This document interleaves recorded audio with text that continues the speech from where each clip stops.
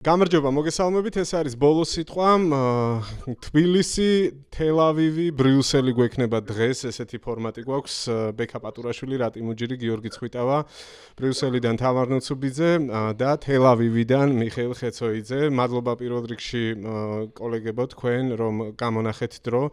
ჩვენ თბილისში უფრო მოცლილი ხალხი ვართ, ასე ვთქვათ. თან უმუშევარი ჟურნალისტები ვართ, ამას ხშირად უსვამ ხოლმე ხაზს, თუმცა თამარის და განსაკუთრებით მიხეილის შემთხვევაში სხვანაირად გვაქვს საქმე, გარდა იმისა, რომ მათი გრაფიკი დაკავებულია უფრო მეტად მიშასთან ყოველ წამს შეიძლება გამოცხადდეს განგაშის სიგნალი და მას მოუწიოს თავშესაფარში გადასვლა, ამიტომ შესავალში ვეცდები, რომ ნაკლები დრო წავიღო, ასევე წინასწარ ესეთი გაფრთხილება, რომ რაღაც მომენტში შეიძლება მიშამ ადრე დაგტოვოს და ესაც წინასწარ ვიცოდეთ. მოკლედ, ჩვენი მიზანი არის, რომ ყოველთვის ვისაუბროთ კვირის მთავარ აქტუალურ საკითხებზე და აქტუალური საკითხები დასავლეთით თუ აღმოსავლეთით მრავლად არის მოგეხსენებათ. ჩვენთან ძალიან ახლოს ირანში კვლავ ინტენსიური სამხედრო ოპერაცია მიმდინარეობს ისრაელის და ამერიკის შეერთებული შტატების ერთობლივი ოპერაცია, თუმცა არ არის გამორიცხული, რომ ახლო მომავალში სხვა ყურის ქვეყნებიც ჩაერთონ და ამაზე გარკვეული მინიშნებები კეთდება, რამდენადაც ბოლო ნიუსები ვნახეთ ტექნიკური საკითხების შეთანხმება მიდის იგივე საუდის არაბეთის ჩართულობასთან დაკავშირებით. მიშა გამისწორებს თუ მეშლება და ემირატებზეა საუბარი ორში ერთი. მოკლედ მნიშვნელოვანი ამბებია ასევე ლიდერშიპის ლიკვიდაციის ნაწილში.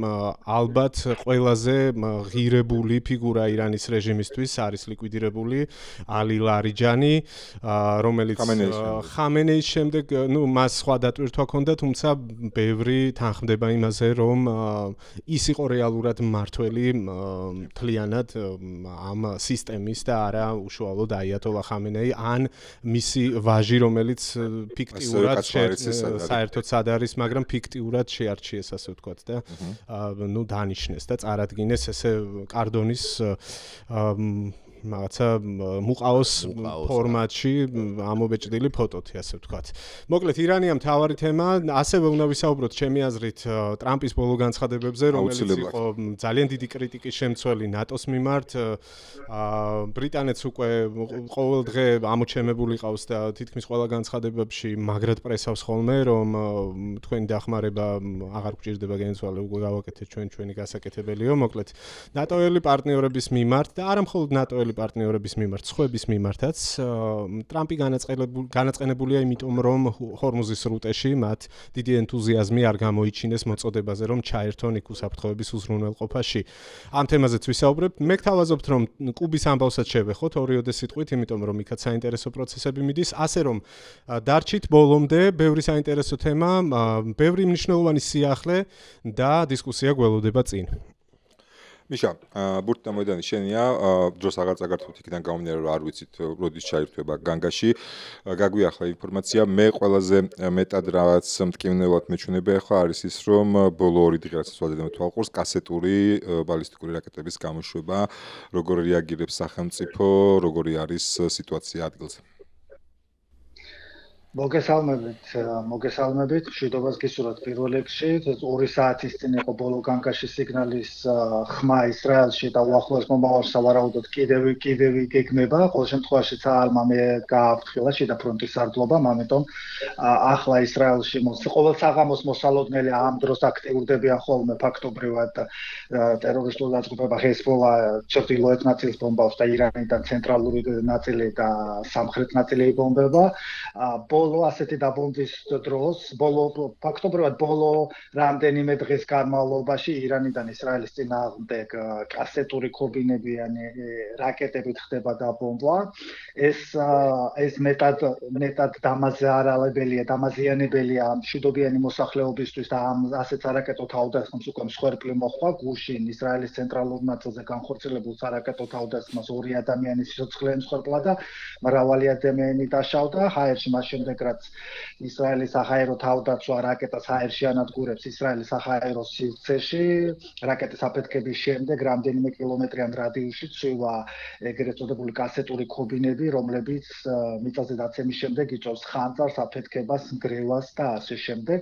აი ასეთია ისრაელში ბოლო ომისა, ბოლო ამბები, რომელიც მიშა ინტენსივობაზე მინდა კითხო ამ სარაკეტო იერიშების ჩვენ ერთის მხრივ ხედავთ რომ ყოველდღიურად ასეულობით ობიექტი იბომბება ირანში და ამავდროულად გასული კვირების განმავლობაში იყო ხოლმე პერიოდულად რაღაცა სტატისტიკები, აი პირველი დღიდან მოყოლებული როგორი იყო ტემპი და ტენდენცია შაჰიდების ცალკე სტატისტიკას აწარმოებდნენ და ბალისტიკურის ცალკე. სამწუხაროდ ბოლო რამდენიმე დღეა ასეთი სტატისტიკა ვერ ნახე და შენ ხომ არ გაქვს ინფორმაცია, აი ვთქვათ, რა რესურსები დარჩათ აქედან იზომება ხო მეტწილად ვთქვათ. ყოველ შემთხვევაში ირანიდან მომდინარე საფრთხე ისრაელის წინააღმდეგ მომდინარე საფრთხე სარაკეტო რაკეტების რაოდენობის თვალსაზრისით ძალსახად შემცირებულია, მაგალითად ბოლო 24 საათში 7 ჯერ განხორციელდა სარაკეტო თავდასხმა, ეს ომის დასაწყისში, მაგალითად დღეში 90-მდე რაკეტით ახორციელებდა ირანული რეჟიმი ისრაელზე თავდასხმას ირანიდან ახლა დაახლოებით 10-მდე ყველაზე მაქსიმუმი იყო გუშინ, როდესაც 9 სარაკეტო თავდასხმა განხორციელდა, თუმცა პარალელურად ამისა გასახსოვს გახშირდა ისრაელის ჩრდილოეთზე თავდასხმები ჰეზბოლას მხრიდან ბოლო რამდენიმე დღის განმავლობაში ყველაზე მასიური სარაკეტო თავდასხმა გუშინ საღამოს ჰქონდა, როცა ერთდროულად 150-ზე მეტი რაკეტა გამოისროლა ჰეზბოლამ. ახლაც შეტყობინება მივიღეთ ამ საუბრის დროს, რომ ისრაელის ჩრდილოეთ ნაწილში რამდენიმე დასახლებულ პუნქტში კვლავ განგაში სიგნალია ჩართული და ყოველ შემთხვევაში ამ ეტაპზე ისრაელისთვის ყველაზე დიდ საფრთხე სარაკეტო თავდასხმების და საჰაერო განგაშის რაოდენობის მხრივ ისრაელის ჩრდილოეთ ნაწილში არის და სხვა შორის დღეს კიდევ ერთი ძალიან მნიშვნელოვანი განცხადება გაკეთდა, თუ აქამდე ისრაელის შეიარაღებული ძალები გეგმავდნენ, რომ 10 კილომეტრის სიღრმეში უნდა შესულიყვნენ ლიბანში და შეიქმნათ ბუფერული ზონა, დღეს სხვა შორის საალში განმარტეს, რომ მდინარე ლიტანის ეს დაახლოებით ისრაელის საზღვრიდან 20 კილომეტრის სიღრმეში მდებარეობს და სხვა შორის ძალიან მნიშვნელოვანი სტრატეგიული ნაწილი არის. ისრაელის შეიარაღებულმა ძალებმა გადაწყვიტეს და დაარტყეს ყოველ შემთხვევაში ყველა გადასასვლელ ხიდებს ლიტანის მდინარეზე და ახლა საუბრობენ ისრაელელი სამხედროები, რომ არა 10 კილომეტრიანი სიღრმეში უნდა შევიდეს, არა მხოლოდ 10 კილომეტრიანზე, არამედ მდინარე ლიტანის უკიდურეს ნაწილს, სამხრეთ ნაწილს, მთლიანად ისრაელის სამხედროებმა უნდა დაიწყონ ამ ტერიტორიის გაკონტროლება, რადგან ფაქტობრივად აი გუშინწინაც როდესაც ჰეზბოლა ბომბავდა და დღეში 100-150 რაკეტა მოფრინავდა ისრაელის წინააღმდეგ, ფაქტობრივად ეს თავდასხმა ხდებოდა მდინარე ლიტანის სამხრეთ ნაწილიდან და ახლა ზუსტად ისრაელი იმ წერტილებს უწყავს, საიდანაც მთელი ეს პერიოდის განმავლობაში ჰეზბოლა ბომბავდა ირანს და ახლაც კი ისმის ისრაელის ჩრდილოეთში საჰაერო განგაში. მიშა, მე მაქვს ორი კითხვა შენთან ბოდიში რომ გაგაწყვეტინე. პირველი კითხვა უკავშირდება რეზერვის მობილიზებას თვითონ ისრაელში, ანუ ლიბანის მიმართ ამ ოპერაციისთვის, რა რაოდენობაზე არის და საუბარი თუ შეგიძლია გაგვიზიარო, ეს არის ერთი და მეორე, რაზეც ხშირად საუბრობენ საქართველოში, ეს არის რამდენად დაზიანებულია მაგალითად თვითონ ისრაელის ქალაქები, ან დაზიანებულია თუ არა, იმიტომ რომ ვიღაცები აყოლნენ უბრალოდ პროპაგანდას და რაღაც საშინელ დეზინფორმაციას ავრცელებენ, თუ შეგიძლია ამის თაობაზეც რა თქმა უნდა გაგვიზიარო შენი აზრი და მონაცემები. ყოველ შემთხვევაში, როდესაც სოციალურ ქსელში შევდივარ, ხშირად ქართული ეგრეთ წოდებული ბლოგერები და პროპაგანდისტები ავრცელებენ ვიდეოებს, რომელსაც უყურებ, ხდება შთაბეჭდილება, რომ ეს სხვა ქვეყანაში ვცხოვრობ, ასეთი თავდასხმები არ ხდება ისრაელზე, ამ ხელამსხვერპლი და ამ რაოდენობის ნგრევა არ არის, თუმცა შეგვიძლია ვთქვათ, რომ აი ბოლო ერთი კვირის განმავლობაში, მას შემდეგ რაც ირანიდან კასეტური ქობინებიანი რაკეტებით ხდება თავდასხმა, გრევა, ლოჯისტიკური ზიანი ისრაელს გაცილებით მეტი აქვს. მაგალითად, გუშინ დაახლოებით 1 საათის განმავლობაში ორჯერ განხორციელდა ასეთი თავდასხმა და 12 ლოკაციაზე გრევა და ხანძარი იყო.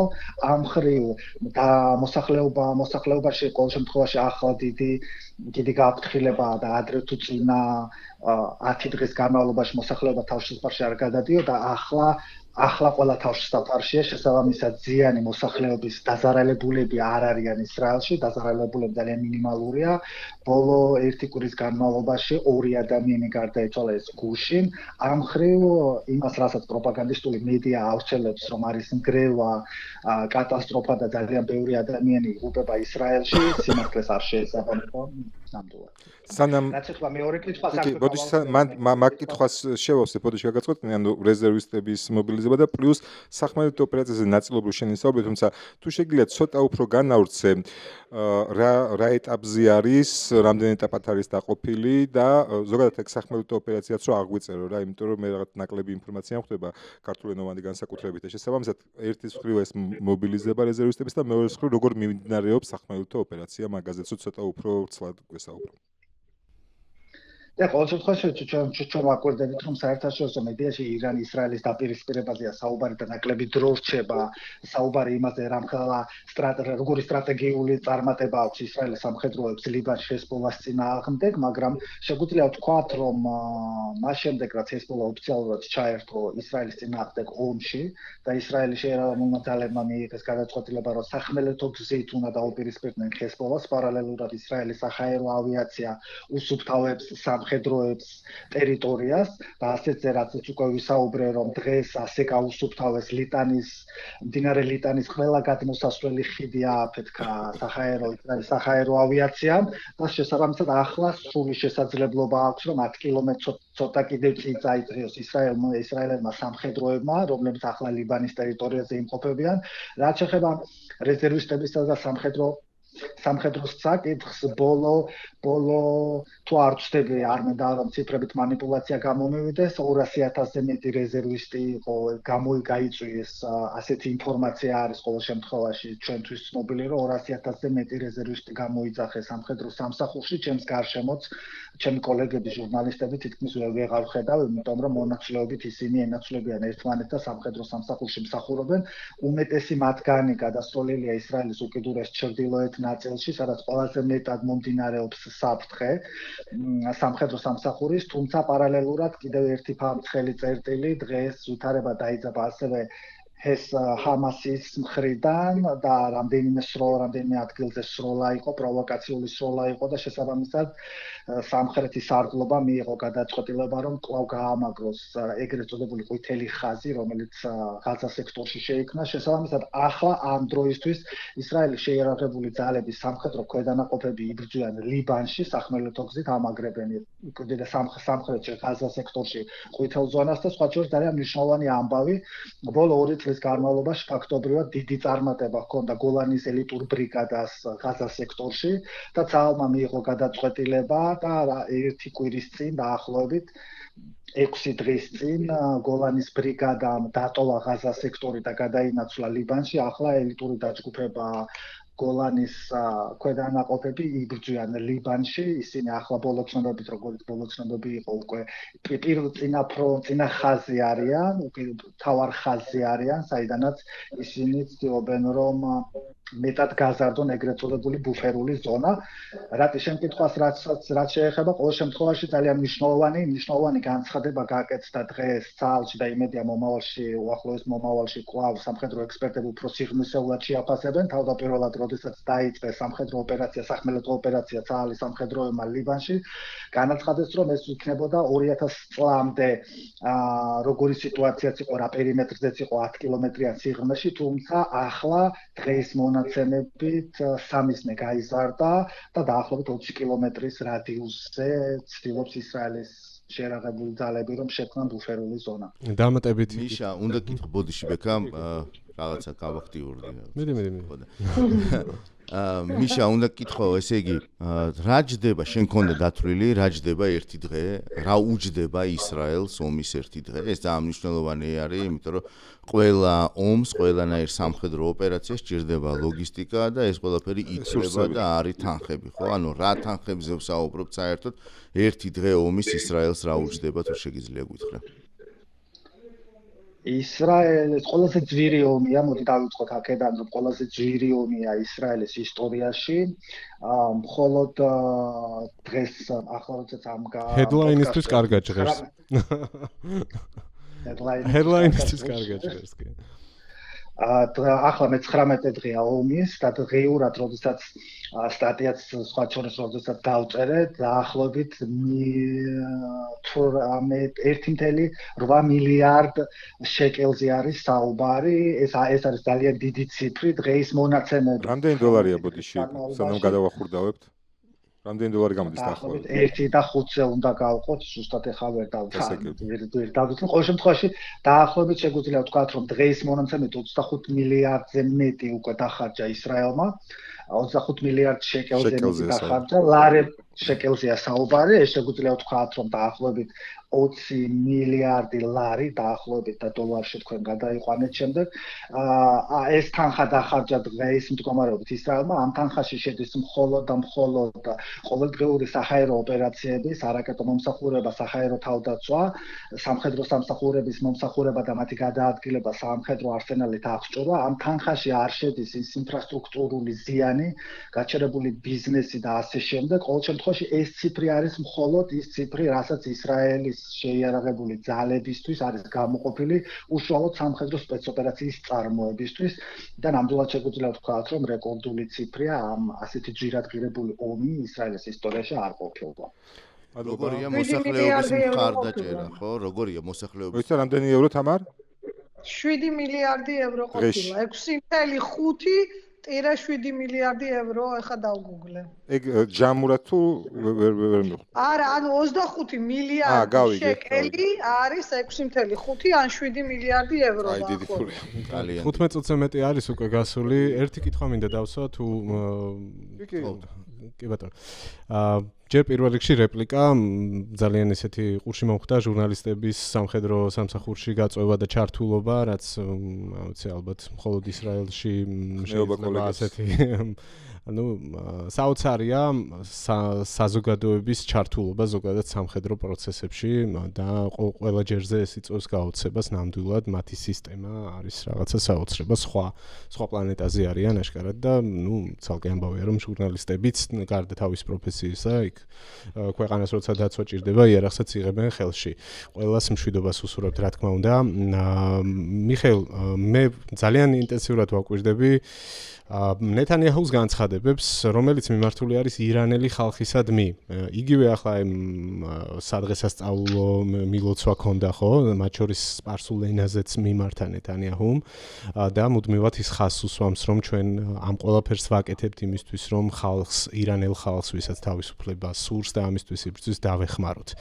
აი ამ პროცესზე მინდა რომ მკითხო, თქვათ, ერთია პოლიტიკური განცხადებები, მაგრამ მეორეა რამდენად რეალურად ესეთი კავშირი არსებობს მართლაც რამდენად არსებობს ამ ესეთი მიმღებლობა არის იქით ამ ხრიდანაც აი ეს ძალიან საინტერესო ფაქტორია ჩემს მუდმივად ვფიქრობ იქ საზოგადოების განწყობებზე და რა შეიძლება შეიცვალოს რამდენად თქვათ ერთიანია იქ საზოგადოება და ასე შემდეგ აი ამაზე რა შეგიძლია გითხრა და ასევე თუ გაქვს შენ ინფორმაცია დავამატებ დღეს ვკითხულობდი რომ მაგალითად მოსადის აგენტები პირდაპირ ურეკავენ ირანელ მეთაურებს და ეუბნებიან რომ ჯობია დაანებდეთ ან ხელს ნუ აღმართავთ საკუთარი ხალხის წინააღმდეგ.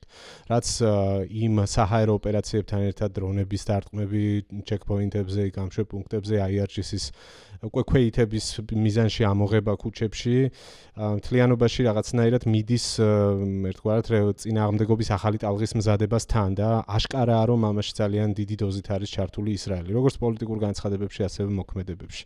როგორ ხედავ ამის პერსპექტივას და რა შეგიძლია დამატებით გითხრა? ჩვენ შევცვალეთ თემა და გადავდივართ ირანზე სასაუბროდ, სანამ გადავალ იმ რეპლიკას უპასუხებ, რომ ყველაზე ძვირადღირებული ომია და ყველაზე ლეგიტიმური ომია, რადგან გამოკითხვა ჩაატარეს და 75% ისრაელის მოსახლის უჭერს მხარს ამ ომს ირანის წინააღმდეგ და 85% რელიგიური მოქალაქე უჭერს მხარს ისრაელის ომს ირანის წინააღმდეგ. შესაბამისად, ასეთი მხარდაჭერა არც ერთ წინა ომში ისრაელის ხელისუფლებას არ ჰქონია. გადავიდეთ ახლა ირანზე, მას შემდეგ რაც ომი დაიწყო დაიწყო პირველივე დღიდან ბენიამინ ნეტანიაჰუს მთავარი გზავნილი.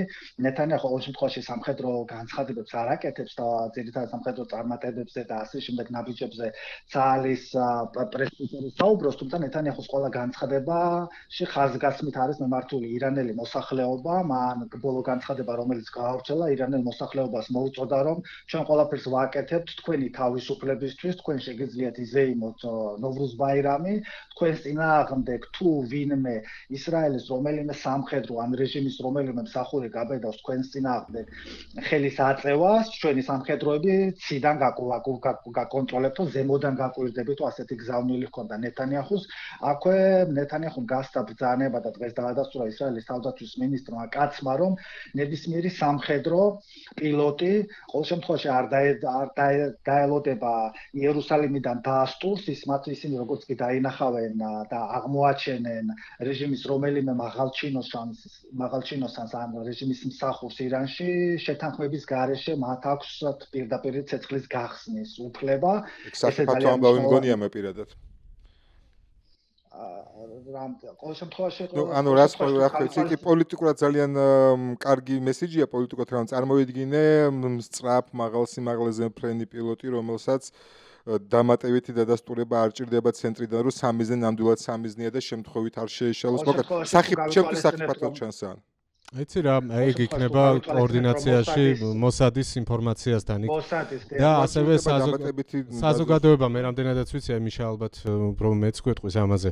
ძალიან გააქტიურებულია მთელი პლატფორმები, სადაც ხალხს ირანელებს, ხო ესეა მიხეილ, ხო არ ვწდები მე ამაში. არის საიტები, სადაც პირდაპირ ხალხს შეუძლია რომ მისამართებს აწვდიან, ვინსად არის, ანუ ძალიან დიდი არის ეს მოხალისეობრივი ფაქტორი მანდ, თავად ირანელ ხალხში. ეგეც თო მგონია მე მესმის, მაგრამ ანუ ესე ანუ წარმოიდგინე სცენარი, სადაც რეჟიმის მსახური fake ინფორმაციას აწვდის და თუნდაც მორიგ გოგონათა ლიცეუმის მისამართებს. ჩვენ საუბრობთ მოსადზე, რომელსაც უზუსტესი კოორდინაცია აქვს, მაგრამ კიდე ანუ თუკი მოსადის თუკი ბოდიში გაგაწყვეტნე კიდევ ერთხელ თუკი მოსადის დადასტურებას არ დაელოდა პილოტი, მაგას გულისხმობ თორემ არა პილოტმა როგორ უნდა დააბომბოს ახლა თუ კოორდინატები არ აქვს მიწოდება. არ ვიცი მე ხა ერთი კითხვა მაქვს ბოდიში უცებ სხვა იმაზე.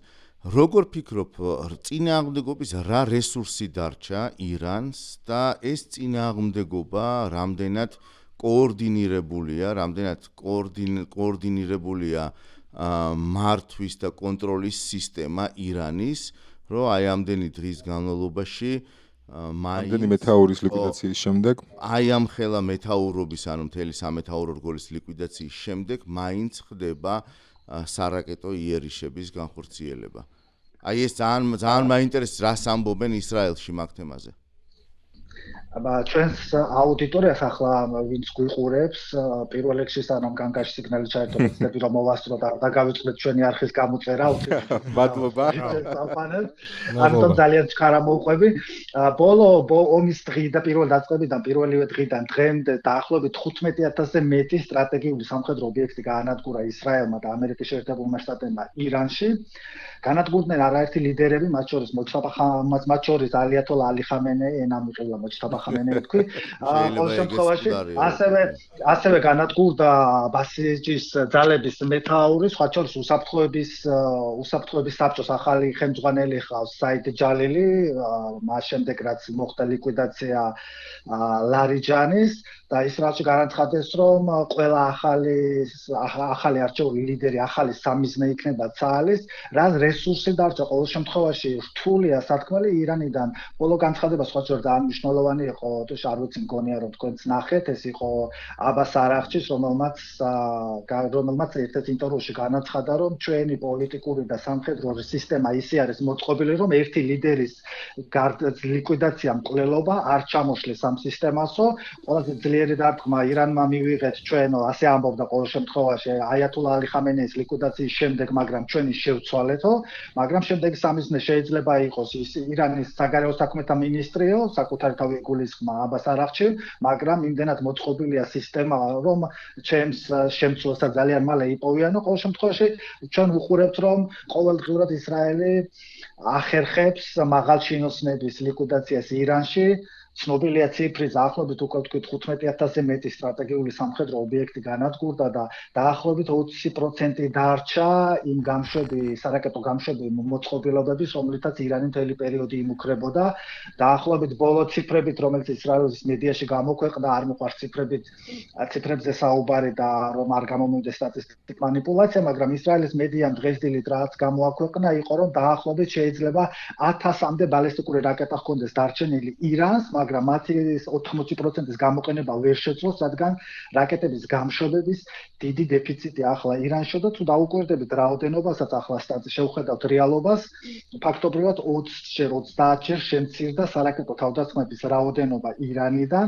შესაბამისად, რაც დგას ახლა რეჟიმი უცნობია, ყოველ შემთხვევაში ბოლო განცხადებებს თუ მივადევნებთ და გავაანალიზებთ, ისრაელის პრემიერ-მინისტრის ბოლო განცხადება იყო, რომ ჩვენ ყველაფერს ვაკეთებთ, რომ დავასუსტოთ რეჟიმი, ჩვენ გავდივართ ბოლოში, შეიძლება ამისთვის დაგჭირდეს რამდენიმე კვირა, დანარჩენს უკვე ირანელი მოსახლეობა გააკეთებს. შესაბამისად, ახლა მთავარი გათვლა არის, რომ რეჟიმის ჩამოსვლის და სამხედრო არსენალის განადგურების შემდეგ რეჟიმის ცვლილებაში მნიშვნელოვანი როლი ირანელმა მოსახლეობამ ունենա. რამდენად ექნებათ ჰაერიდან მხარდაჭერა? ეს არის ძალიან მნიშვნელოვანი. შიშველი ხელით ხალხი ვნახეთ, რაც მოხდა იანვარში, ხო? ეს არის მთავარი კითხვა ალბათ მაგ პროცესში.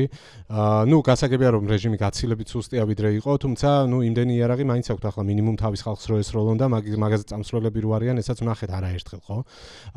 მე მგონია რომ გადამწყვეტ როლს სწორედ ითამაშებს ის ნიშნები, რაც უკვე გამოჩნდა, დრონებით თავდასხმები და აი ეგ პოლიტიკურ განცხადებებში თუნდაც რამდენად იგრძნობა და დაგემშვიდობებით მე უკვე გაგიშვებთ მიშამ. ნამდვილად იგრძნობა, მაგალითად ახლა როდესაც ნეთანიაჰუ ამბობს, რომ თქვენ გამოდით ისეიმე და თქვენს წინააღმდეგ ის ირანელი მაღალჩინოსნების სამხედრო ლიდერები ვერ გაბედავენ თქვენს წინააღმდეგ გამოსვლას, ჩვენი სამხედროები, ჩვენი ავიაცია ზემოდან გაგვირდებით და ზემოდან გიცავთო. შესაბამისად, სავარაუდოდ ისრაელს აქვს დაზვერვაზე დაყრდნობით მოსაძს აქვს შესაბამისი ინფორმაცია, რომ და სხვა შორის ძალიან მნიშვნელოვანი ამბავი წეგან გამომრჩა უცბად უნდა მოუყვა, როდესაც დღეს გავრცელდა სხვა შორის მოსადის მაღალჩინოსნები, მოსადის აგენტები უკავშირდებიან სხვადასხვა არხების მეშვეობით ირანელ სამხედრო მაღალჩინოსნებს, რომლებსაც ეუბნებიან, რომ მათ შეწყვიტონ რეჟიმის მსახურება და მოსახლეობის წინააღმდეგ არავითარი მოქმედება არ ჩაიდინონ. გავრცელდა სხვა შორის რადიო სიხშირით ჩაწერილი ხმები, Wall Street Journal-ს ჰქონდა ეს სტატია გამოქვეყნებული. ჩვენ ყველაფერი ვიცით თქვენ შესახებ, თქვენი ოჯახის შესახებ, ახლა თქვენი პირველი ვალდებულება არის, რომ დანებდეთ და აღარ ემსახუროთ რეჟიმს. სხვა შორის ირანის მაღალჩინოსნების ხმოვანი ჩანაწერებიც იყო, რომ ჩვენ უკვე მკვდრები ვართ, დაგვეხმარეთ, გადაგვარჩინეთ. ყოველ შემთხვევაში ასეთია ბევრი მაღალჩინოსანი, სამხედრო მაღალჩინოსანი ირანიდან. როგორ განვითარდება მოვლენები, ყოველ შემთხვევაში ახლა ომის მე-19 დღეს რთულია თქმა, თუმცა ისრაელის და ამერიკის შეიარაღებული ძალები, საჰაერო ძალები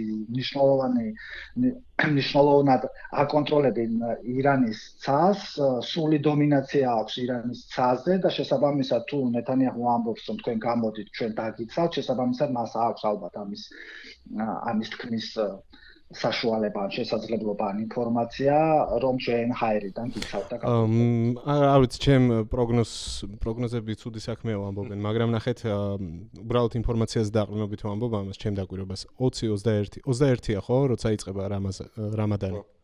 იმის რა ქვია, ფეხლების მოწოდება იყო 17-ზე გუშინ და ვნახეთ პირველი ნიშნები ხალხი რომ გამოვიდა, ხო? ჩვენებური ჭიაკოკონობა აქვთ იქ რა, მოკლედ გასაგებენაზე რომ ავხსნა სულია ჩვენთან. შესაძლოა.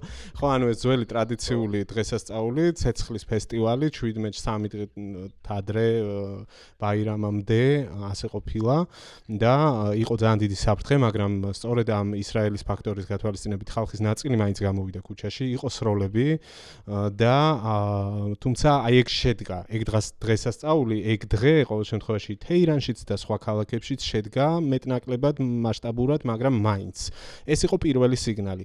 და თუ დავაკვირდებით ამ დინამიკას, ხო, იგივე მოწოდებებში რაც ჩანს, იყო ასევე მნიშვნელოვანი მოწოდება ეგრეთ წოდებული უკვდავი გვარდიის მიმართ, რაც არის უფრო ორგანიზებული წინააღმდეგობის ჯგუფი იქ ამ პროტესტში იყო ჩართული გასული მანამდეც და მიმართვა იყო რომ გონივრულად და ეფექტურად დაარტყით IRGC-ის შიგნიდან.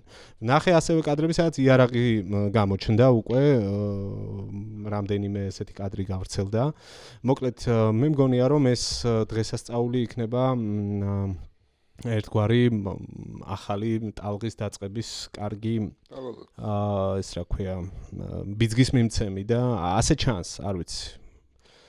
არ მაქვს საფუძველი არ გენდო რასაც ჩვენ ირანზე აკვირდები.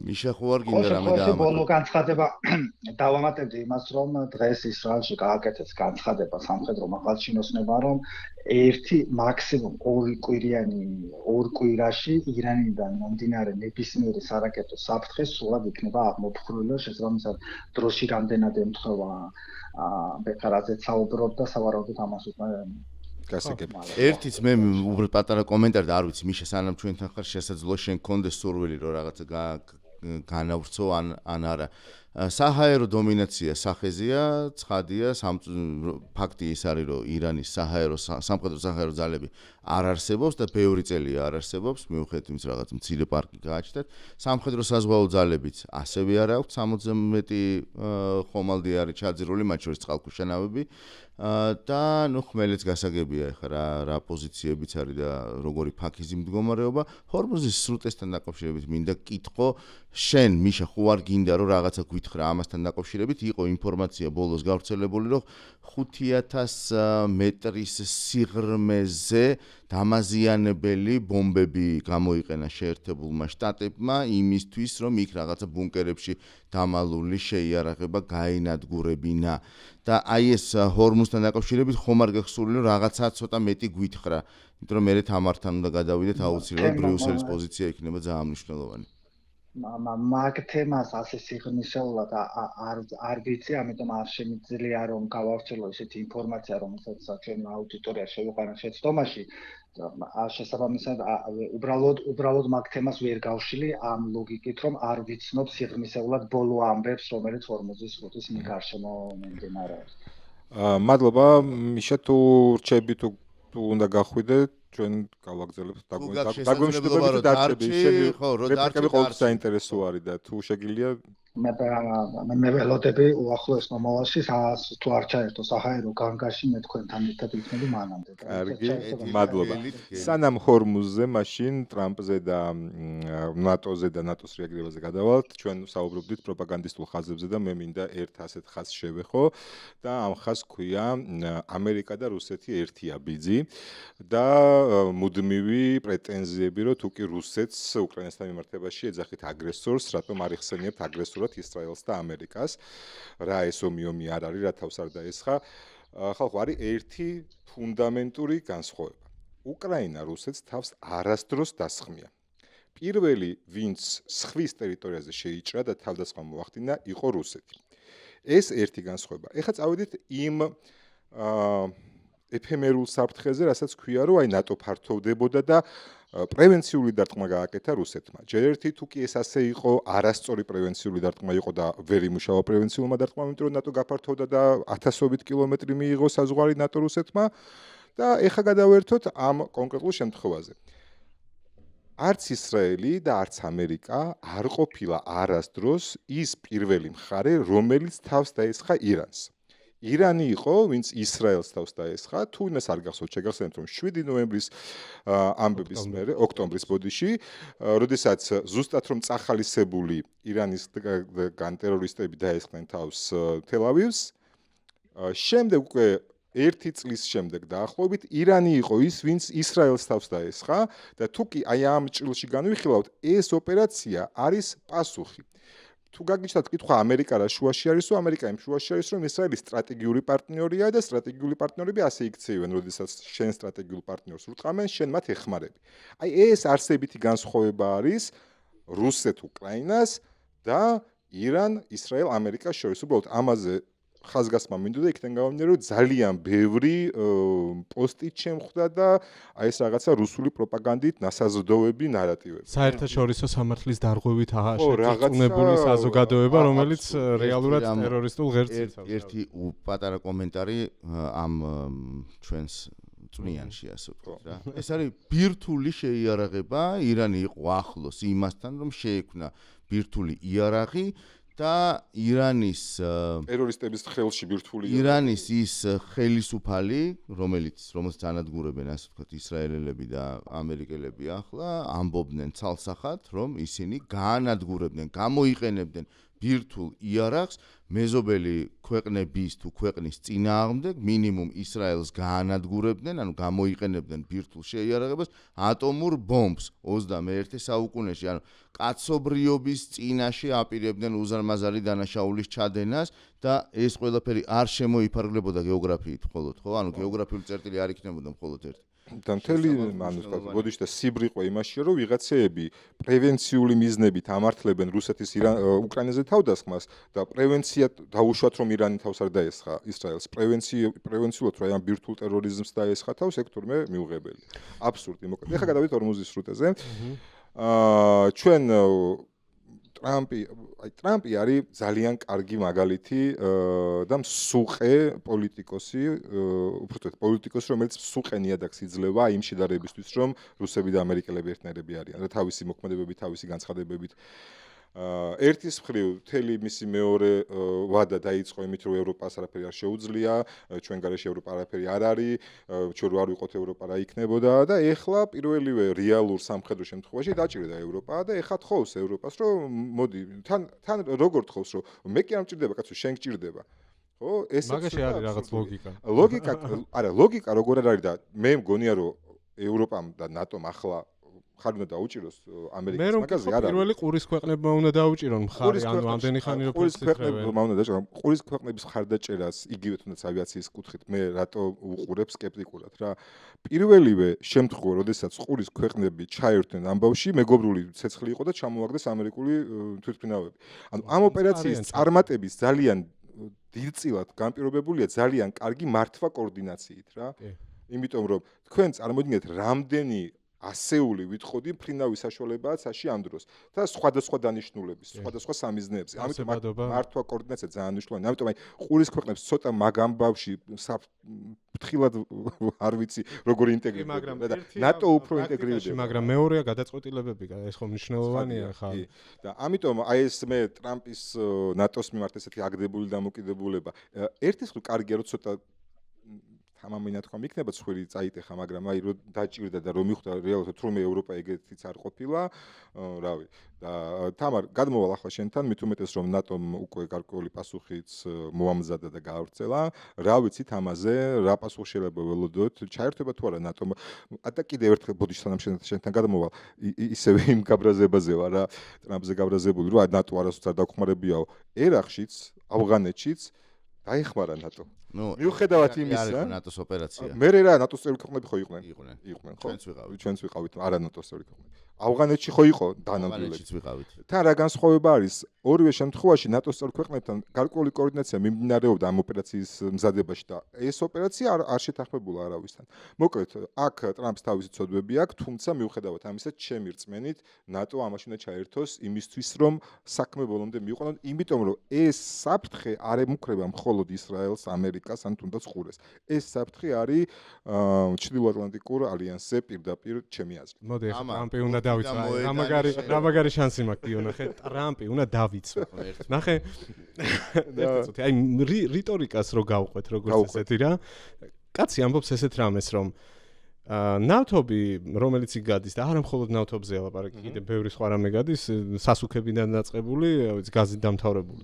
თქვენ ხო გჭირდებათ? ხო თქვენ გექმნებათ კრიზისი? იგივე ხა ჩინეთზე სხვა პასები იყო კიდე იქ გიორგის უყვარს ხოლმე პასებზე ლაპარაკი და აი კიდე ცალკე ამბავი არის რატომ ცდილობს იქ მიაწვეს ჩინეთში ვიზიტის წინ, ხო? და იქ ნუ ისაც შეიძლება გადაიდოს უკვე კითხვის ნიშნის ქვეშ არის ეგ ამბავი რომ 80% იქნება 40% იქ გამავალი ტვირთების ჩინეთში მიდის. დანარჩენებიც ხობის ინტერესიც ხო არის და ასეთი რამე, ნახე, პოლიტიკურ მზაობას უსვამს ის ხაზს. შეიძლება სულაც არ იყოს, თქვათ, იქ ჩართულობა 100%-ით, შეიძლება ვიღაცამ უბრალოდ სადაზვერვო დრონი გაგზავნოს პირობითად, ხო? მაგრამ ეგ რიტორიკა გამართლებული არის ჩემი აზრით და საერთოდ არ მესმის ფეხს რატომ ითრევენ, მით უმეტეს მათი ინტერესებიდან გამომდინარე. იგივე უკრაინის არ მესმის, მაგრამ აი აქ ხამოდი რაში მდგომარეობს ლოგიკა. სანამ ისრაელი და ამერიკა ამ ომს დაიწყებდა, მე ეს კრიზისი არ მედგა როგორც ევროპელს. ხო არ მედგა? კი ბატონო? არ მედგა. რამდენად ეხა ეს უსაფრთხოებაზე მეთქმა და მეორე საკითხია, მაგრამ შენ დაიწყე ოპერაცია, რომელზეც მე არც გამაფრთხილე, არც კოორდინაციაში იყავი და ეხლა მეუბნები რომ მოდი და ჩაერთი აქ. ანუ დამოკიდებულების პრობლემას ვხედავ მე რეალურად, რა თორე აბსოლუტურად გეთანხმები რომ უნდა ჩაერთით რომ არ გააფრთხილა. არა, ცნობილია რომ არანაირი კოორდინაცია არ იყო არა ნოლი ოპერაცია, მაგრამ არავინ არ იცოდა და ოპერაცია დაიწყო, ესე არ გავფრთხილები ვარ, მაგრამ ხედავდით მაგაზე რომ დაიწყებოდა და რა. აი მაგაზე ხო არ არის ახლა. მით უმეტე, არა, მინიმუმ რაზე, აი სტარმერზე ვიტყვი რა ორ სიტყვას. ნახე, კაცმა თქვა რომ აი ეხლა შევიკრიბებით, განვიხილავთ და ჩავერთვებით და მოდი შეგახსენებთ კიდე რომ ავიაბაზების დათმობაზეც კი იყო პრობლემა. იყო. ბომდამშენები რომ უნდა ეს სერიოზული პრობლემაა, მაგაზე არ რაღაცა წინააღმდეგობაში მოვიდნენ ისინი და რანაირად შეიძლება ეგ აიხსნას პარტნიორის მხრიდან, ხო? რანაირადაც მანამდე 1 წელი იხსნებოდა ამერიკული პარტნიორობა. ხო და აი მე გეთახმები მაგაში. ანუ მე უკრაინის კონტექსტში რომ შევხედოთ, თუნდაც უკრაინის კონტექსტში რომ შევხედოთ, რომ აქ ეხა შეიძლება მე ტრამპმა კიდე ფეხები აბაკუნოს იქ მაგ თემაზე და ეს ნიშნები უკვე გამოჩნდა. რატომ აძლევ ამის საბაბს? თუ საფრანგეთმა მიიღო გადაწყვეტილება რომ გაგზავნა შარლ დე გოლი და კიდევ 10 გემი დანარჩენებმა რატომ არ გააკეთეს იგივე მინიმუმ განცხადება საფრანგეთის პრეზიდენტთან სატელეფონო საუბარზე 10-დან 8 ფრანგები არიან ფრანგებს მაინცო ხო მაგრამ ეს ყველაზე დიდ პასელის თამარი ახლა იმიტომ რომ ბრიუსელი გჭირდება ჩვენ აქ თბილისიდან რაღაცეებს ჯერდა სინამდვილეში ბრიუსელში ფეთქავს პულსი გითხარი თამარ თამარის ხმა არ მიკროფონი ჩართე თამარ და მე თავიდან დაიწყე. აი ახლა. კარგი დისკუსია იყო სხვათა შორის, ინტერესით გისმენდით. ჯერ ერთ სიტყვას ვიტყვი რა შენ პროპაგანდაზე რო ამბობდი, ზუსტად გიომ თქვა, ჩემი სათქმელი უბრალოდ იმას დავამატებ, რომ ვერცეთ მაგალითს ვერ მოიყვანენ ის პროპაგანდისტები და ამ პროპაგანდას აყოლილი ხალხი, როდესაც უკრაინა ემუქრებოდა რუსეთს არათუ იმ დაგვარად როგორც ირანი ღიათ ემუქრება და ემუქრებოდა ისრაელს არამედ აი საერთოდ რაღაცა მინიშნებით მაინც ამბობდა რომ პრეტენზია აქვს რუსეთის არსებობაზე. ასე რომ ხო პროპაგანდა თავისას აკეთებს და მუშაობს. რაც შეეხება თქვენ დისკუსიას, მართლა ძალიან საინტერესო იყო, იმიტომ რომ ნახეთ რა არსებობს რა ბუმერანგი ალბათ.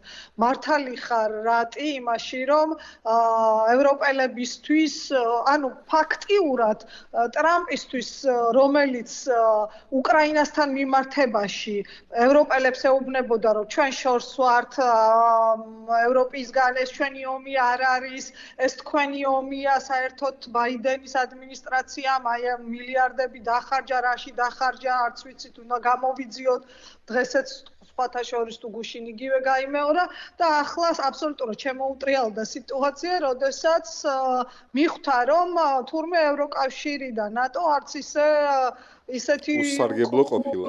ხო, უსარგებლო ყოფილა, როდესაც საქმე ეხება აქეთ მხარეს. და ერთის მხრივ შეიძლება სამომავლოდ და ჩtildeო ტრანსატლანტიკური ურთიერთობებისთვის ეს სულაც ცუდი არ იყოს თუ რაღაც კუთხით ტრამპი აფხიზლებს ევროკავშირს და ნატოს მეორეს მხრივ ეგებ საპასუხო გამოფხიზლება მიიღეს. ხო, ამ ადმინისტრაციამ აღიქვას უფრო მეტად ამ თანამშრომლობის მნიშვნელობა. მეორე ასევე ძალიან სწორედ თქვით თქვენ და აქ ბრიუსელში სწორედ ამას უსვამენ ხაზს, რომ ეს ოპერაცია, ეს ომი, როგორც არ უნდა უწოდოთ, დაიწყო ევროპელების აბსოლუტური ანუ გაფრთხილების გარეშე და ინფორმირების გარეშე, რაც ასევე როგორც პარტნიორებისთვის, როგორც ჩანს, საკმაოდ ისეთი საწყენი აღმოჩნდა და ევროპელები ამას ღიად ამბობენ, არც დაუფარავთ. ცოტა ხნის წინ გააკეთა ნატოს გენერალურმა მდივანმა განცხადება, ის ნორვეგიაში იმყოფება, წვრთნებს ესწრება და როგორც ჩანს, მაინც ეს იმდენად მნიშვნელოვანი საკითხია და რა თქმა უნდა ევროპისთვის ფასები ნავთობზე არის ძალიან მნიშვნელოვანი, მით უმეტეს რომ ტრამპმა დროებით და იმედია რომ დროებით მოხსნა სანქციები რუსეთზე, სწორედ ამ ფასების გამო და ევროპისთვის ახლა გამოწვევა არის ფასები არა მხოლოდ შიგნით ევროკავშირის, რაც გავლენას მოახდენს ყველა წევრი ქვეყნის მოსახლეობის ჯიბეზეც, რაც თავის მხრივ შემდეგ შეიძლება გავლენა მოახდინოს უკრაინის დახმარების საკითხზე და ზოგადად აი ამ გეოპოლიტიკურ ვითარებაზე და ამიტომაც როგორც ჩანს ფიქრიც დაიწყეს და პრინციპში ასეც თქვა ნატოს გენერალურმა მდივანმა, მან არ დააკონკრეტა რა ნაბიჯები შეიძლება იყოს შემუშავებული, თუმცა თქვა რომ ის ძალიან მჭიდრო კონსულტაციებში და კომუნიკაციაში არის ნატოს წევრ ქვეყნებთან და ნატოს წევრი ქვეყნები მუშაობენო ამ საკითხთან დაკავშირებითო.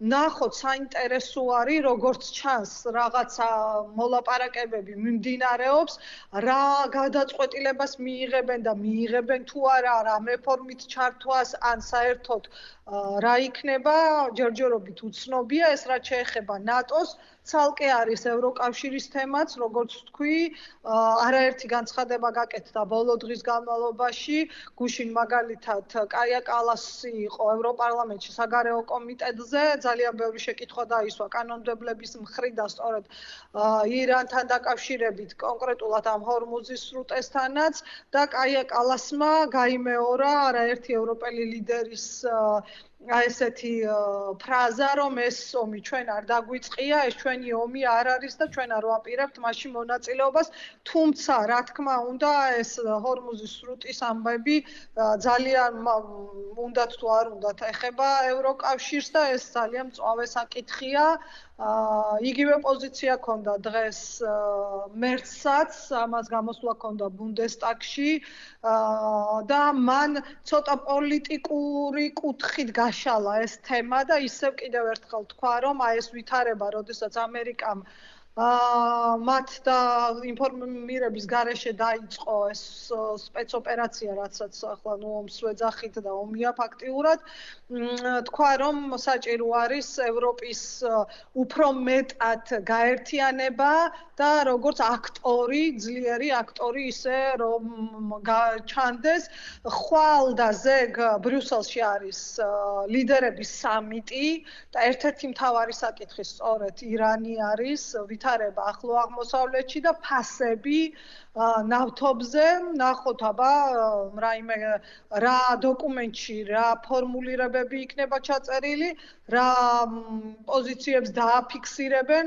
მაყურებელმა ძალიან კარგად იცის, რომ ნატოს წევრი ქვეყნები, ევროკავშირის წევრი ქვეყნებიც არიან, ასე რომ მათი ლიდერების განცხადებები პრინციპში მიგვანიშნებს, შემდეგ უკვე შეგვეძლება გავაკეთოთ ანალიზი და ვივარაუდოთ, რა შეიძლება, ანუ რა ფორმით შეიძლება და შეიძლება თუ არა საერთოდ ჩაერთოს ნატო ამ საკითხებში და ცხელი პერიოდია ევროკავშირისთვისაც ამ მხრივ კიდევ ერთხელ ესე როგორც დიდი განხილვის საკითხია ეს ჩრდილოატლანტიკური და ტრანსატლანტიკური ურთიერთობები, თუმცა მართლა შეიძლება პირიქით რაღაცნაირად უფრო მეტი თანამშრომლობით გამოვიდნენ ამ სიტუაციიდან სტატუსს დაუბრუნდნენ. რამდენად აკვირდება ბრიუსელი პროცესებს, რაც ახლო აღმოსავლეთში მიმდინარეობს, გასაგებია ეს რაღაც პოლიტიკური გზავნილები წინ და უკან, მაგრამ მე მაინტერესებს მაგალითად მიგრაციის საკითხზე რამდენად არიან, ასე ვთქვათ, ჩართული სირიის მაგალითის გათვალისწინებით, ხო? ანუ ფრაუ მერკელის პოზიციები გვახსოვს ყველას და მთელი აი ეს უზარმაზარი ნაკადი და სხვათა შორის არა მხოლოდ მერკელის ამბავი, არამედ პუტინის პოლიტიკაც მიგრანტებთან მიმართებით, რომელიც ახლად გრძელდება, ხო? ანუ ბელორუსიდან, პოლონეთის საზღვარზე და ნუ ასე შემდეგ, ხო? ანუ ევროკავშირის და ნატოს წევრი ქვეყნების. ანუ რამდენად აქვთ აი ეს განცდა, რომ მართლა სერიოზული კრიზისია და ამას ანუ ამას კითხვა მიმყავს იქითკენ, რომ თვითონ ევროკავშირი რამდენად ყალიბდება საბოლოო ჯამში ერთგვარ მოთამაშედ, რომელსაც აქვს იმისი განცდა, რომ სრულად დაინახოს სურათი და აღიქვას. ძალიან ადარდებთ, ძალიან კარგად იცით მიგრაციის საკითხები რამდენად მნიშვნელოვანია ევროპისთვის და ევროკავშირის წევრ ქვეყნებში მათი მოსახლეობისთვის, იმიტომ რომ თუ კი იყო გადახრა, ხო, ბოლო წლების განმავლობაში რაღაც ან ულტრამემარჯვენეებისკენ, ან ულტრამემაცხენეებისკენ არჩევნებს გულისხმობ. ერთ-ერთი მთავარი საკითხი სწორედ ეს მიგრაცია იყო, რაც თავად ევროპელებს, ევროკავშირის მოსახლეობას აწუხებდა იმის გამო, რომ მათი აზრით თქვათ ამ საკითხებს ვერ არეგულირებდა არსებული ხელისუფლებები და ეს პოპულიზმით გაჟღენთილი ულტრაძალების წარმომადგენლები სწორედ ამ საკითხზე თამაშობენ და ხშირ შემთხვევაში მათი გამარჯვების და წარმატების მიზეზი სწორედ ეს არის. აქედან გამომდინარე, მიგრაციის საკითხი ყველაზე სენსიტიურია ევროკავშირისთვის და ალბათ მე ვარაუდობ, რომ ზუსტად ამიტომაც არის აი ესეთი რაღაცა წყენაც თუ არ ვიცი რა დავარქვა, რომ წინასწარ არ იყვნენ ინფორმირებული, რადგანაც ამასაც ხომ შემზადება უნდა, რაღაცა სტრატეგია ხო უნდა იყოს უკვე, რომ იმ შემთხვევაში თუ დაიძრა ეს მიგრაციული ტალღა და როგორც შენ თქვი გიო, თუ კი ბელორუსის შემთხვევაში და თუ კი სირიის შემთხვევაში პუტინი ძალიან აქტიურად უჭერდა მხარს და პირდაპირ სირიაში მიყავდა ეს ხალხი საზღვარზე პირდაპირ. მიეყვა ხო მისი ოპერაცია იყო ხო? კი, ამ შემთხვევაშიც ზუსტად იგივეს გააკეთებს და ეს მაგალითიც იციან ევროპელებმა და არაერთი კვლევა და გამოძიება ჩატარდა. სტატიასაც ვკითხულობდი, ზუსტად თავს ვერ დავდებ, რამდენად რეალური ინფორმაციაა ვთქვათ და ფაქტები რამდენად რეალურია, თითქოს გვირავებიც კი იყო გათხრილი ბელორუსიდან ევროკავშირის საზღვრამდე, რომ მასიურად ეს მიგრაციული ტალღები წამოსული იყო. ამიტომ ძალიან მნიშვნელოვანია ეს საკითხი და ამაზეც იქნება საუბარი ნაწილობრივ მაგის პრევენციას ის ამბავი გააკეთებს, რომ IRGC გამოაცხადეს ტერორისტულ ორგანიზაციას, იმიტომ რომ მოდი ახლა ლოგიკურად ვთქვათ, ვის ექნება გასაქცევი ცოტა ხანში ირანიდან, თუ ესე წავიდა საქმე როგორც მიდის. ვის ექნება და რეჟიმთან დაკავშირებულ ხალხს და მათ ევროკავშირში უბრალოდ არ შეუშვებენ, იმიტომ რომ ტერორისტულ ორგანიზაციად გამოაცხადეს. ხო, ხალხო, ამდენი ხანია ვიხსენებ, ვერ გავიხსენეთ, თქვენც არც ერთ არ ახსენეთ, ტელეფონთან არა მაგრამ დავსირჩო, გემდივნის გვარი გამახსენეთ. ნატოს მარკ რუტეს და შტუბის იმედი მაგ ამის თქვა მინდოდა. მათ ძალიან კარგად იციან ტრამპს როგორ ელაპარაკონ და ეს დაუდასტურებიათ არაერთხელ. შესაბამისად, აი ახლა ამ კრიზისშიც, როდესაც თავის ხრივ ტრამპმა დაინახა, რომ პრინციპში ეს ევროპელები ცუდი ხალხი არ არის და საჭირო ხალხია პრაგმატულადაც, ახლა მგონია, რომ რუტეს და სტუბს უფრო მეტი კარტი ეჭირება ტრამპის ხელში ენაზე რომ ვილაპარაკოთ იმისთვის, რომ ტრამპი დაარწმუნონ აი ამ ევროატლანტიკური, ჩრდილოატლანტიკური, ტრანსატლანტიკური რაც გვინდა ის დაუძახოთ კავშირის მნიშვნელობაზე და ძალიან დიდი იმედი მაქვს, რომ აი ეს ომი ირანში გახდება იმის კარგი საფუძველი, რომ აი ეს ყველაფერი დაუბრუნდეს მინიმუმ იმ ნიშნულს, რომელიც იყო ტრამპამდე ურთიერთობებში გულისხმობ და გაგრძელდება ისე განვითარება სამხედრო ტექნიკური თვალსაზრისით, როგორც ტრამპის მერე, იმიტომ რომ რაც ნამდვილად ტრამპის რიტორიკამ კარგი მოიტანა, იყო რომ ევროპელებმა დაიწყეს ფულის დახარჯვა უსაფრთხოებაში. ერთი რეპლიკა მინდა კიდევ მაგ საკითხზე.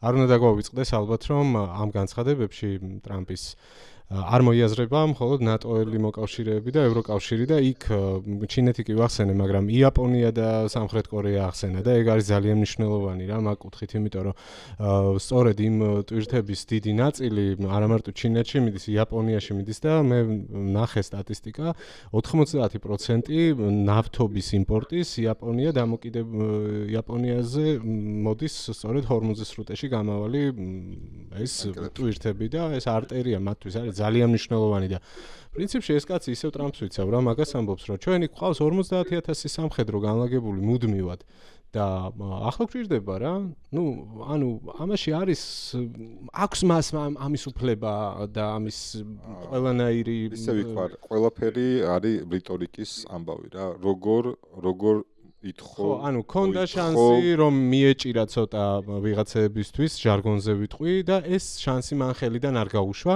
მithumetes არასოდეს არ უშვებს და მithumetes ახლა ჩინეთთან ექნება რაღაცებზე სალაპარაკო და ეს თემა ექნება იგივე იაპონიასთან დაკავშირებით ჩვენ გვახსოვს იაპონიას უდაჭირდა სულთა ხნის წინ თუნდაც რიტორიკის და დაჭირდება კიდევ ახლო მომავალში თუ ექნება საფრთხეები სამხრეთ კორეასაც და იაპონიას დაგვრჩა დღევანდელ კუბა ვახსენეთ თუ გინდა მაგათაც მაგრამ მე კიდევ მინდოდა მეხსენებინა სახმელეთო ოპერაციის ამბავი იმაში რა ქვია ხარგის კუნძული ეს არის ძალიან მნიშვნელოვანი თემა რაზეც ბევრი დისკუსია მიდის ახლა გამოიყენებენ თუ არა ამ სვლას როგორ ფიქრობთ თქვენ მაინტერესებს მე მაინც მგონია რომ მეტწილად უფრო ეს არის რაღაც წნეხისთვის რაღაცა ეს რიტორიკის ნაწილი მგონია ამ ვერსიის გავრცელება ისევე როგორც მანამდე ეს ქურთების თემა იყო არ მგონია მაინც რომ რეალურად შეიყვანონ იქ დესანტი იმიტომ რომ ბევრ ანალიზს გავეცანი ამ ხრივ და რა თქმა მიიღო რომ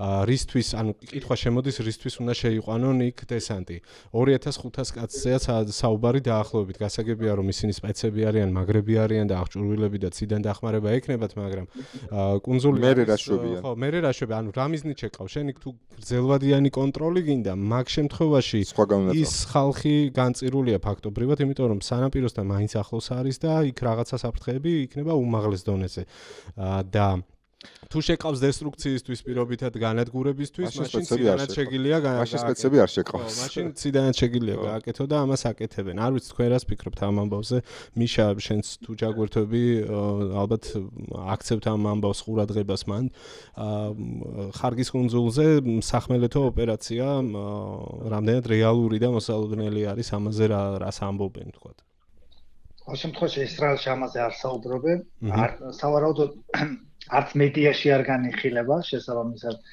ნაკლებად შეგვიძლია ვივარაუდოთ რომ სამხედრო სახმელეთო გზით დაიწყებენ სპეცოპერაციას ისრაელში ერთადერთი საკითხი წამოიჭრა წინა პლანზე როდესაც საქმე ირანში სამხედრო სახმელეთო ოპერაციას ეხება ეს კომანდოსებთან ერთად ისრაელის შეიარაღებულმა ძალებმა და სპეცნაზმა უნდა დაგეგმოს ყოველ შემთხვევაში მედიაში ეს განიხილებოდა რომ უნდა დაგეგმონ ისპანხანში გამდიდრებული ურანის გამოტანის საკითხი სახმელეთო გზით ამ საკითხს განიხილავენ პროაქტიურად ისრაელში, ესეც ყოველ შემთხვევაში კითხვის ნიშნის ქვეშ დგას, უბრალოდ ესეთი სპეცოპერაციები ასე არ იგეგმება.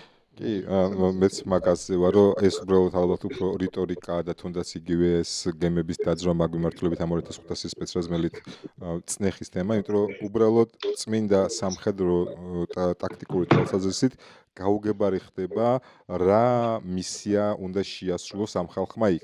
იმიტომ რომ თუ ძალიან კონკრეტული მისია არ ექნა, გადასხდებიან თუ არა ამ კუნძულზე ხორცაკეპი.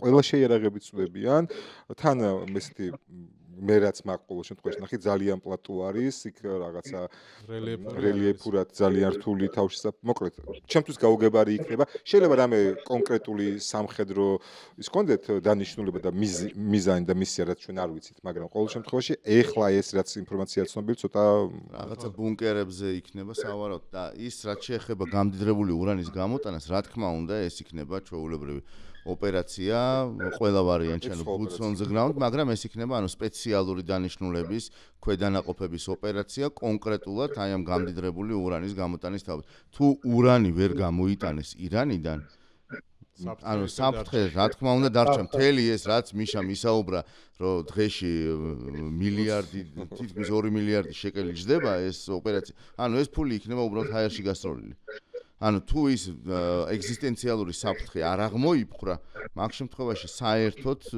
უზარმაზარი კითხვის ნიშანი რჩება რისთვის დაიწყო ამბავი ხო საფრთხის აღმოფხვისთვის მე მაინც მგონია რომ საბოლოო ფინალური ეტაპი მაინც უნდა იყოს რეჟიმის ცვლილების გარეშე ეგ საფრთხეები ისევ დარჩება მინიმუმ რაღაც ბინძური ბომბებით და ასე შემდეგ რა ოკეი კაი დავასრულოთ თუ გნებავთ ორი სიტყვით რადგან ვახსენე და ანონსების ნაწილში კუბაზე ვთქვათ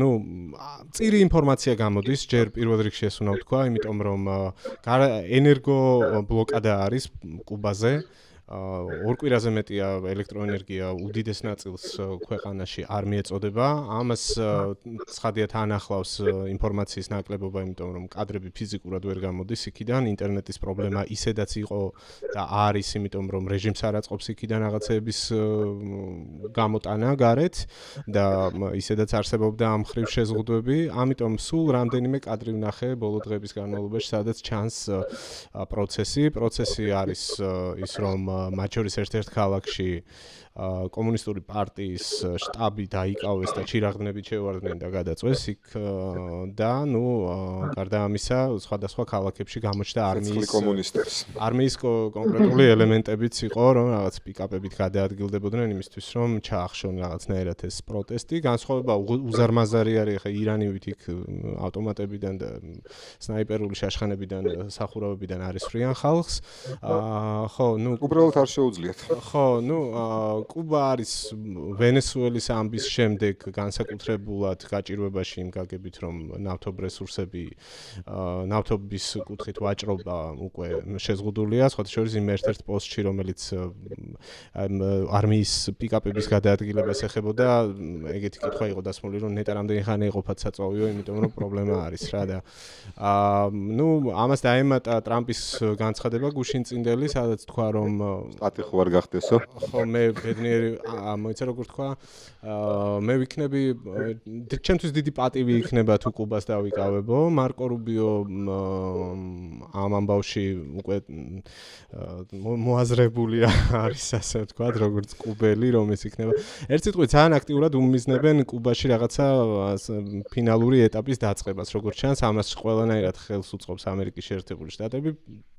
პრობლემებს ქმნის იქ ამ ბლოკადით და ბევრი ინსტრუმენტით როგორც ჩანს და უნდა ველოდოთ მანდაც რაღაც გარკვეულ მოძრაობებს საინტერესოა მაგასაც რომ მივადევნოთ თვალი მე ის მახარებს რომ რა ვქნა აი იცი რაზე ვფიქრობდი ხა აგერ კაცი ამბობს რომ ხალხი აქ იარაღს იღებს ხელში ისრაელში და მიდიან საკუთარი ინტერესების დასაცავად და ხა ჩვენი ქვეყნის ინტერესების გათვალისწინებით თუ ვიტყვით იმას რომ იცით რა რაღაცა ეს რეჟიმების დამხობა მიხარია მე მგონი დიდი დანაშაული არ უნდა იყოს ამაში რა ვიცი ხა ზოგი პროფესორა გამოხტება ხოლმე მე კომენტარებში და ისინი ობიექტურები რატომ არ ახართ და ტენდენციურად აშუქებთ ბოდიში და ობიექტურობაზე სუბიექტური რამე არ არსებობს.